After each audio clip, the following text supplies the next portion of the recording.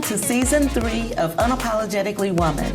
We're celebrating phenomenal women all across Kentucky who make no apologies for their perspectives or the impacts that they're making in the community. Today we're celebrating Laura Boison. Laura is a wife, a mom, and market president of Truist Bank for Central, South, and Eastern Kentucky. Unapologetically Woman, Laura Boison, that's you. Congratulations. Thank you. Thank you. Appreciate it. So glad to have you all into banking. What led you down this path? I'd like to have some clever anecdotal story, but I don't.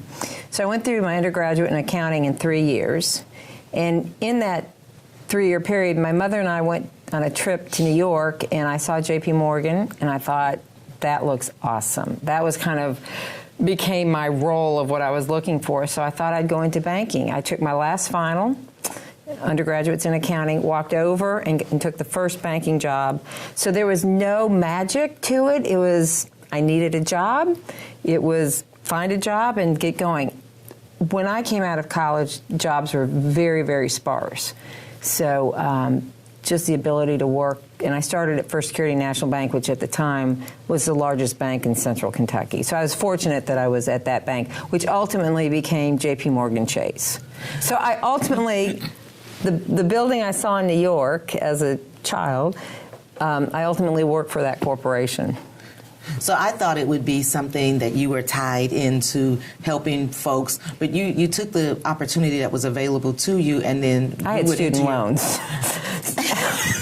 I needed a job. You needed to pay those off. That was the whole. So now that you're in it, and you've been doing this for a long time, what keeps you in it? I love it. I've been fortunate. With my employers, I've been fortunate with my roles, but the most embracing part of the job are the clients and the community. So my clients are phenomenal. They have been so accommodating and generous in allowing me to be participative in their decisions, to be participative in their success in terms of learning, growing with them. And then in the community, again, through the help of some very, very dear friends of mine that sponsored me for this organization or that organization, I became able to be involved. I think meaningful is a pretty big word, but I've been involved at levels that I have benefited from in the community. So I am so grateful for the opportunities of those I interact with in terms of community partners, in terms of my clients, and then in my role as market president, which I get to interact with people on the team. I get to help with creating, organizational development, things like that. So it's just been great. And you're talking about the community too, but you invest a whole lot of your time. You've won a lot of Volunteer of the Year awards and things like that for your investment in the community. You sit on a lot of boards. Yes, I do. And whatever success I've had, in terms of community involvement has been very much a part of those with me. What do you mean? Yesterday I was in a meeting, a commission meeting, and I had the capacity in that meeting to freely speak. There was the guardrails were, and people are there to advance the organization. They respect the dialogue and the cross-pollination of ideas. And so I've really been fortunate, the people on the boards where I sit. I mean, some of the ones I've sat on that come to mind in terms of how they allow people to grow, and so it's this cross-pollination. I learn, I benefit, they learn, they benefit. Sure. And as we mentioned, I'm working on some continuing education, so I bring that into that environment, et cetera. But just a few of them: affordable housing for Lexington, Visit Lex. Affordable housing for Lexington. Why is that important for you? Because you get to choose what boards you sit on. Because I thought I could bring value.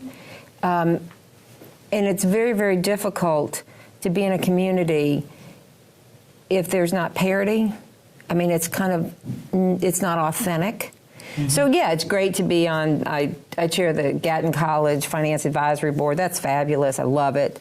But you also have to connect and be authentic in terms of making sure that the entire structure is in place. I mean, think about it. Affordable housing. We want that. We need that. Communities cannot benefit, move forward unless all boats rise. And so, not just with affordable housing, but you spend a lot of time working with women and girls. You work with the Girl Scouts, the Wilderness Girl Scout troop, but you're also the co-founder of Women Leading Kentucky. Yeah, that's a generous statement. I appreciate it. Yes, so 25 years ago, a dear friend came to me. She was a client and then became a friend, and had an idea. And so it's Janet Holloway. So she was one component, I was the other component. And we are so grateful for the response to that organization. 25 years later, it's probably touched and benefited 5,000, 6,000 people. Scholarships, connections, and just that endorsement, right? Endorsement that somebody might need to allow them to step through. I get a lot of speaking engagements. I talk, about executive presence, things like that. I also at UK, which has been very rewarding, mentor a lot of females at the Gatton College, and that's been very enlightening, and I hope beneficial for everyone. And so things change over time, and so have you seen, since you started working and focusing really on girls, young women, that kind of thing, have you seen the seats at the table change? Because one of the things that you said just a little bit ago is that you were in space where you were able, to speak up. How has that changed from your vantage point? So it's more than the seats at the table. And I appreciate, although I shouldn't appreciate, there should be parity at the number, at the diversity.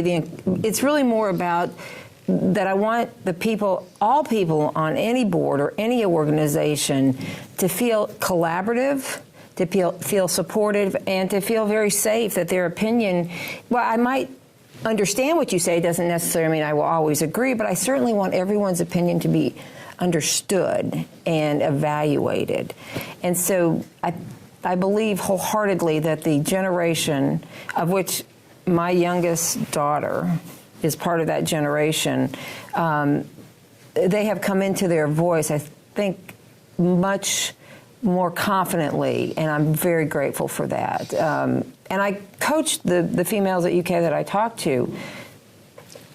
Step into your voice. Step into your voice. Have the confidence, because if you don't have the confidence in your voice, nobody else is. Right. So it starts with you. So have the confidence in your voice. That doesn't minimize being prepared professionally, personally, educationally, experience. I'm not minimizing that, but definitely own your communication. So. And own your musical talent, too. Well, that's for me is an oxymoron, but go ahead. I'm just saying, you started out playing the oboe, and you're a saxophone player in the UK Alumni Band. Right. I am. That is a true statement, maybe slightly embellished. We play, the Alumni Band, we play at one football game a year. We're so grateful for the university to allow us. They trust us to go back on the field. And then we cover the basketball season, women's and men's basketball season, and volleyball games when the students are home on Christmas break. And that is a blast. I mean, certain things keep you viable, right? Maybe Pilates in the morning or yoga at night. But staying involved in the band has been wonderful, because you don't want that skill set to atrophy. But I don't want anyone who is listening to this to have any false illusion that Yes, I can play the saxophone, but the people around me, you've got some incredible musicians who are just natural talent, capable. And you're just doing the best you can. I am so glad it's a team effort. You'll never see me doing a solo, but there's some great talent in the band. But speaking of a team effort, you guys just lost a member of your team We did. In the Alumni Band. We did. That one's tough. Jim Tutt, we worked together. He and I worked together at Bank One, which was ultimately bought by J.P. Morgan Chase. And Jim was with Old National in Louisville, and he died last Monday. And he was a member of the Alumni Band. He was percussion.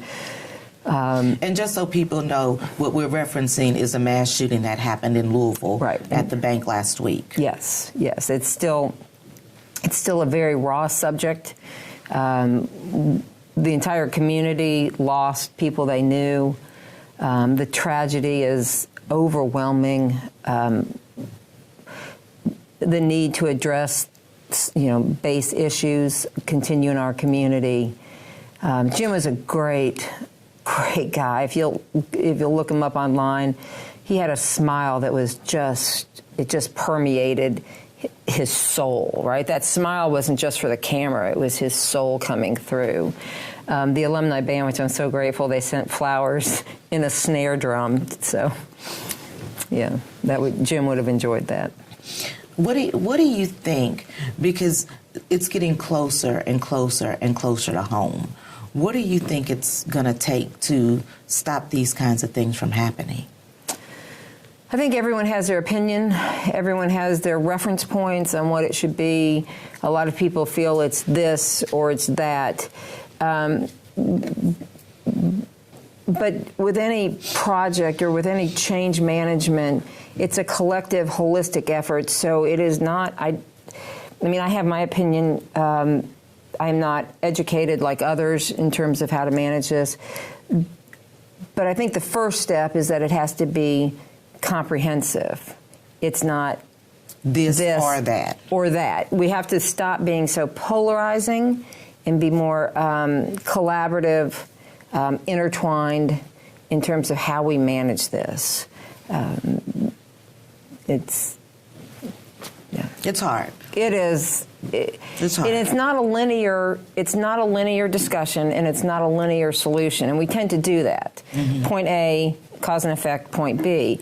And that's where I'm trying to suggest. And I think this is, I'm not pioneering this concept, that it's a comprehensive response on so many levels. It's profoundly layered, which is maybe one of the reasons it's very difficult. And in your world, it's a profoundly layered solution. You can't just pull one lever and assume that it's going to that it's going to fix. Right. That it's going to help someone get out of poverty. Right. Yes. So I'm grateful that we have skills in our community and people that can come together. So. Okay, we're going to move away from that. Okay. I appreciate that. You're a Hall of Famer. No. I am. Yes, you are. And do not try to downplay this now. Well, that's a fact, but okay. Tell us about that. The Hall of Fame? Yeah. Well, interestingly, Friday night we celebrate the one-year anniversary, and there's some new people coming in that are incredible. I'm looking so forward to getting to know them and seeing them on Friday. So the University of Kentucky, Gatton College, which I'm a two-time graduate of Gatton College. I'm not telling you the years, but I'll tell you or the decades. But they choose approximately three individuals every year to go into their Hall of Fame, and then that's cataloged inside Gatton. So when you walk in, you see names and possibly a little bio. So I was chosen last year. I was humbled, very humbled. I still remember when Simon called me, Dr. Sheether, he is the dean of the Gatton College, and it wasn't so much surreal, it was just, are you sure? Are you sure you want to induct me? Yeah, and it's been wonderful, and the other inductees are amazing people, so I'm very honored to have had that. I shouldn't say this, but I was with my children at the time, my adult children. My son was, and we were out of town on vacation, and the same moment that Simon, Dr. Sheether called, there was an aerial pursuit by a flock of birds on me. And so I hung up the phone immediately because I was the center of the flock of birds attack, and had never had that happen. I'm imagining what that looked like. Oh, of course. And so I called Simon. I said, I'm so sorry. I am so grateful for this. And I know I hung up abruptly, and he's a wonderful person and has got a great sense of humor. So, but it is a 1-year anniversary. Coincidentally, Friday's the 1-year anniversary. So we have another crew coming in, and we'll celebrate their successes. And well, that's a big deal. That's a big deal. And so we're at a point where we're going to close out. Good. And Okay. so I always leave the guests with the final word of advice to young girls, young women who might be looking at you and thinking, gosh, I'd like to be in a place like her someday. What kind of advice would you give them? It's the same advice I was given by my parents, and I think it's worked. We'll see. But my parents always said, keep your eye on the donut, not the hole. And I think a lot of times as you're moving through your career, or you're moving through your personal life or a relationship or anything, even just trying to get a paper written for school, just focus on what matters and don't worry about the other things. I was talking to a group of students over at the economics department at UK last week, and they asked the same question, and my response was, should I take this job? Don't worry about it. It's a launching pad. Everything's a launching pad. Don't overanalyze. Keep your eye on the donut, not the hole. The other thing came from my yoga instructor, who's wonderful, and she said, get into the fullest extent of the posture, whatever that is for you. So maybe you can't be exactly this person or can't be exactly that, but that's not your pose. Do the pose to the fullest extent you can. So bloom where you're planted. Don't worry about the other things. Bloom where you're planted. So those are the two things I would, or get into the fullest extent of the posture, whatever that means for you. So embrace it. Bring the best of yourself every day. Keep your eye on the donut, not the hole. Thank you. Thank you so much for what you do. You're so great. sweet. I appreciate your time. Thank you. You guys continue to watch us as we celebrate other phenomenal women just like Laura. Keep your eye on the donut and not the hole, and bloom where you're planted. Keep watching as we celebrate other women. We'll talk to you guys soon.